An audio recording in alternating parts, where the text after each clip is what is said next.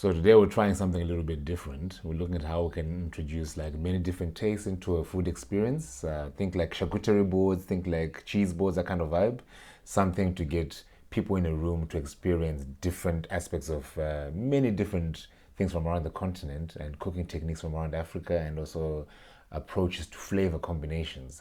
So I've got an offering here of a few different like dips and spreads, a few different crackers or breads, and like a few different meat options as well. This is nhopi, made by boiling or roasting any kind of squash, so like butternut or pumpkin or gem squash, and you cook that until it's like really like tender, like fork tender, and towards the end you can add in peanut butter. That's how I enjoyed classically the way my grandmother would make it. And so you end up with something that's sweet from the pumpkin or butternut and a little bit savory from the cooked peanut butter. Once the squash is cooked completely, then you pulverize it, you mash it into like a paste or puree it in a blender, then throw in a few tablespoons of peanut butter on top of it, and then you let that cook through on the stove again on a very low heat. And once the peanut butter is transformed from that like sort of raw state to like a really cooked savory flavor, then you blend everything together and you end up with this paste here, and that's nhopi. This is not really shito sauce. It's a sauce inspired by shito, which is a tomato-based sauce that's got a lot of chili. In my case, I used scotch bonito chilies, some seaweed, some mushrooms. You can put in smoked crayfish in there, carpenter fish, stock, onions, garlic, and I've put in some sun-dried vegetables as well. So this is bitter leafy green. That adds a little bit of like herbaceous quality to the sauce.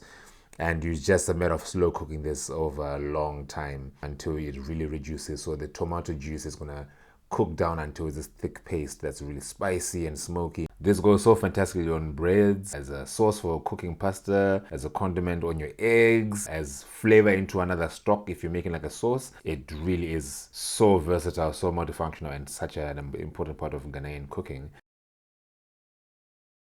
And then this is rupiza. Rupiza is essentially you take black eyed peas, which is our small little seed over here, or cowpeas or nyemba, and you cook them. Normally they're already crushed like split peas or like split lentils, and you cook them for a while until they're like boiled through, and then you combine the peas with some peanut butter. Again, peanut butter. I love peanut butter and I love Zimbabwean food for this use of peanut butter. You take the rupiza, then you eventually like you can grind into a paste, or in this case like into a puree using a blender. And I combine this in a way similar to like making hummus with a little bit of lemon, a little bit of garlic in there. You can put some coriander if you like. Something herby, something fresh, and something nutty is my choice for making rupiza. A great dip.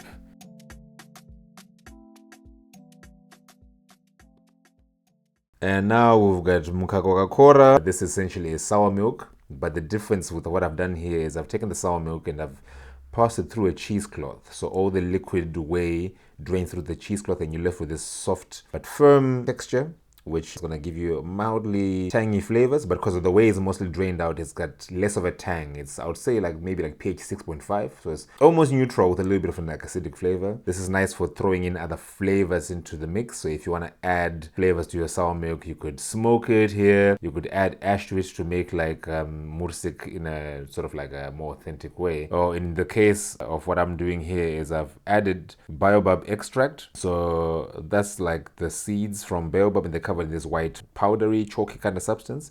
So boil that in some water, and after boiling for a little bit you should have extracted enough of that flavor to make a paste, and then I just fold that into our original milk spread. So you end up with a more clearer direction in the tanginess, because baobab is a bit more acidic than just the milk on its own, and you also get additional benefit of adding flavor to the plain milk. So now we've got a baobab forward flavor that we can use.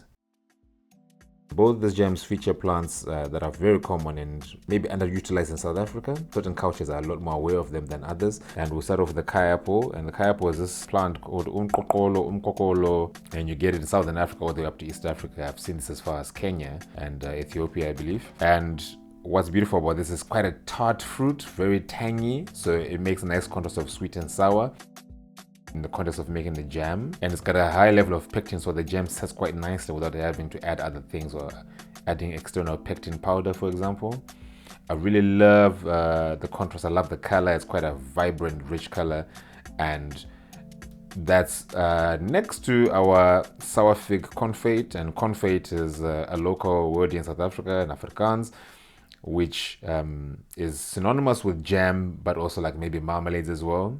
The sour fig is like the fruit body of a succulent, and it's quite dry, but if you pop it open inside, you can see in the jam here we've got these little dotted seeds that look like fig seeds, hence the name sour fig. Is totally unrelated to the tree. This is a ground sort of cover kind of plant, and it's cooked with some sugar, some spices, and you end up transforming this really like hard, chewy husk thing into like soft sour flavor, which makes it nice for making vinegars and stuff. Okay, and then for the more solid things, we got, of course, a history of making sun-dried or smoked cured meats across the continent, and I think in many parts of the world where the climate allows for it. So most people in South Africa would call this biltong, in Shishona call this chimkuyu, meat that's been harvested, then dried in the sun, or hang up the roof rafters inside the kitchen, so the smoke from the fire smokes it every time someone is cooking, so you end up with this like really dry exterior, like smoky nose. And you can also spice it, you can season heavily with salt. That will eventually permeate through the meat as it dries and cures. And then we've got probably my favorite fish in the world, matemba or mena. This is freshwater fish from around Africa, from all the Great Lakes in Africa. And it normally comes quite dry and salt cured. So what I normally do with this is cook it in some water just to boil away the salt, and also just to rehydrate the fish. And once it's cooked out, then I let it dry, like drain it in a sieve or colander and just pat it dry with some kitchen towels. And then I pop this in a jar of oil and cover it completely with oil and let it sit for a few weeks to absorb some of the oil flavor. Maybe pop in a clove of garlic or some herbs into that oil as well if you want to infuse some flavor, maybe some salt, maybe some spices, and you end up with this soft, similar kind of like to anchovies and sardines kind of feeling. I've chosen here to include egusi, which are the seeds from bitter melon, but they can also be seeds from like pumpkin and watermelon and other cucurbit family plants.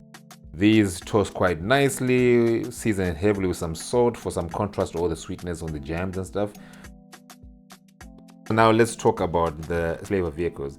So first thing here is the dombolo or steamed bread, and essentially this is whatever bread dough recipe you have. Instead of baking the bread, pop it in some cups or some ramekins and then steam it on the stove instead. So put it in a pot with water, cover the pot lid maybe with a cloth to prevent the water from dripping onto your bread as it steams, and you steam this for about a similar amount of time as you would bake it. So if it's like a 30-minute bake, steam for about 30 minutes as well, making sure that the water doesn't run out, so you always have steam in the pot.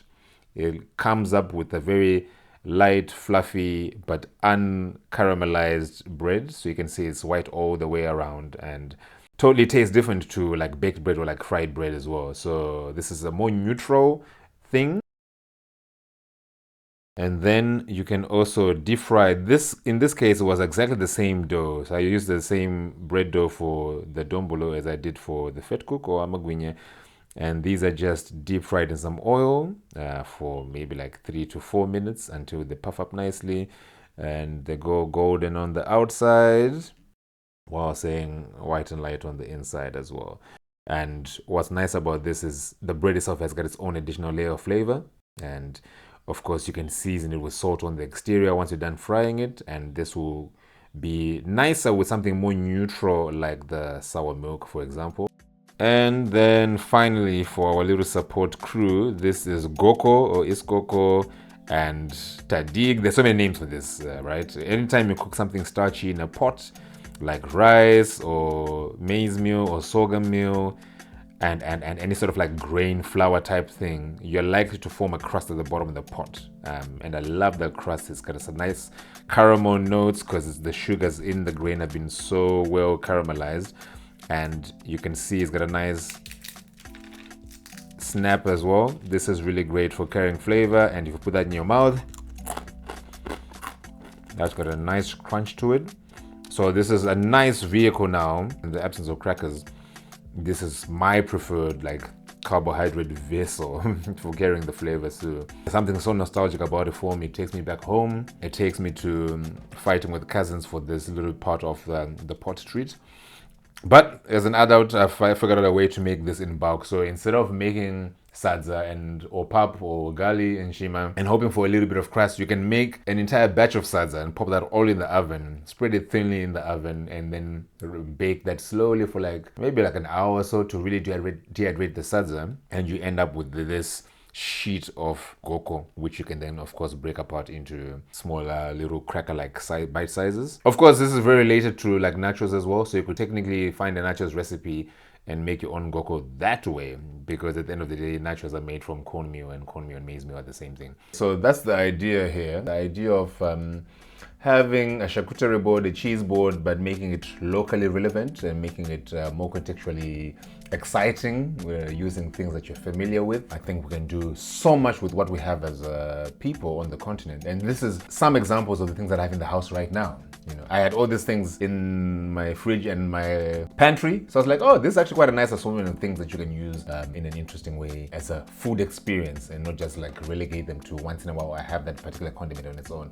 Friends coming over, dinner party, Sunday picnic. This is a nice way of introducing people to flavor in small doses that are approachable and leave room for people to decide if they like something or not, and leave room for people to walk away or commit to something. Versus I give you a whole meal of ugali and sour milk and you're fully committed, but you don't like this thing, but that's the only food that's now available. Now if I give you 9 different options here, take what you like and leave what you don't like. Pam Soroi.